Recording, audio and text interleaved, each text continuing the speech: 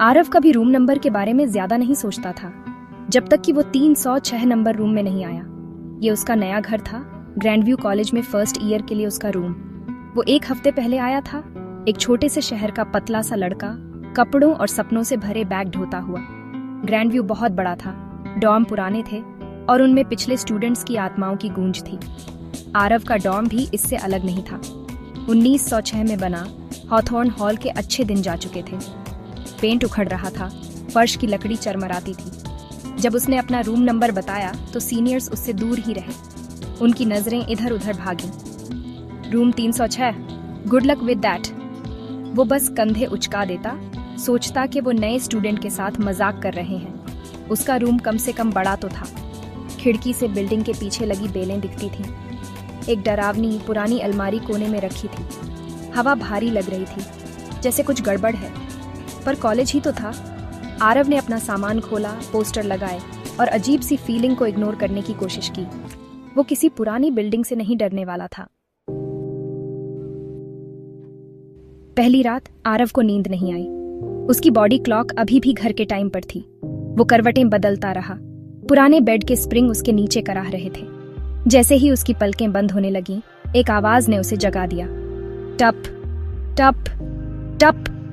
ये आवाज बाथरूम से आ रही थी। आरव बेड से उठा। उसने बाथरूम की लाइट जलाई। कुछ नहीं, नल बंद था। पाइप में कोई लीकेज नहीं। उसने सिंक के नीचे टॉयलेट के पीछे चेक किया, सब सूखा था। वो वापस बेड पर गया। टप टप टप। आवाज जारी रही, लगातार छोटे से बाथरूम में गूंजती रही। आरव जागता रहा, सुनता रहा, दिल धड़कता रहा, जब तक खिड़की से सुबह की पहली किरणें नहीं आईं। अगले दिन आरव बहुत थका हुआ था। उसे ये फीलिंग नहीं जा रही थी कि कुछ गड़बड़ है। उस रात वो आखिरकार सो गया, पर एक डरावने सपने में फंस गया। उसने खुद को अपने बेड के नीचे खड़ा पाया। कमरे में घना कोहरा था, बस फर्नीचर की हल्की सी आकृति दिख रही थी।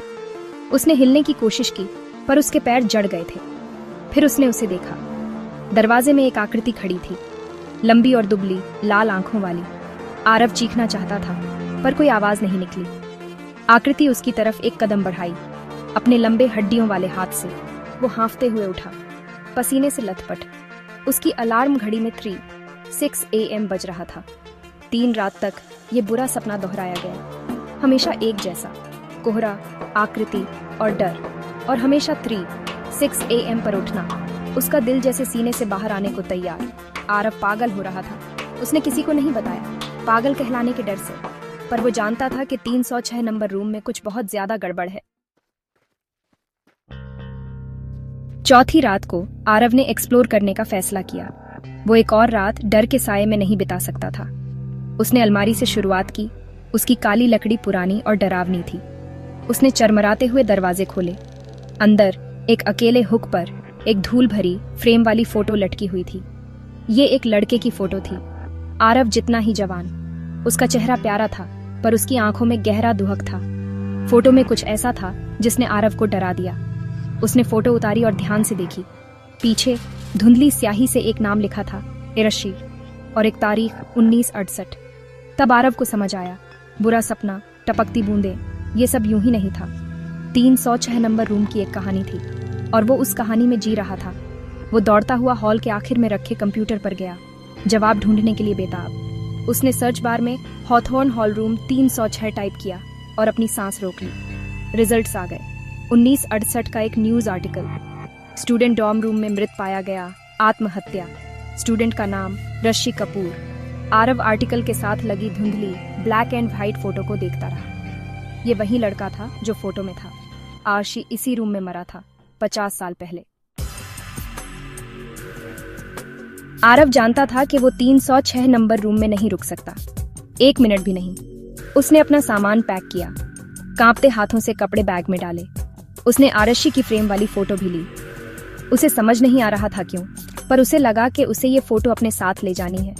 उसे यहाँ से निकलना था। उस घुटन भरे डर से भागना था जो उसकी हड्डियों में समा गया था। उसने दरवाजा खोला और भागा। वो दालान से नीचे भागा, सीढ़ियों से नीचे, हॉथॉर्न हॉल से बाहर, रात में। वो तब तक भागता रहा जब तक वो कॉलेज लाइब्रेरी की रोशनी में नहीं पहुंच गया। उसने बाकी की रात एक कोने में दुबका हुआ बिताई, सोने से डरता हुआ। अगली सुबह थका हुआ और डरा हुआ आरव डॉर्म एडमिनिस्ट्रेटर के पास गया, रूम बदलने की भीख मांगते हुए। उसे हैरानी हुई कि उसकी रिक्वेस्ट तुरंत मान ली गई। कोई सवाल नहीं पूछा गया। उसे एक नया रूम दे दिया गया, एक नए और मॉडर्न बिल्डिंग के टॉप फ्लोर पर। उस रात आखिरकार सुरक्षित महसूस करते हुए आरव ग्रैंडव्यू आने के बाद पहली बार चैन की नींद सोया। वो अपनी हंसी की आवाज़ से उठा। वो सच में हंसा था। क्या 306 नंबर रूम का बुरा सपना आखिरकार खत्म हो गया था? उसने दीवार पर लगे आईने में देखा और जम गया। उसके पीछे शीशे में उसके बुरे सपने वाली आकृति खड़ी थी और वो मुस्कुरा रही थी। वापस 306 नंबर रूम में अलमारी चरमराकर खुल गई।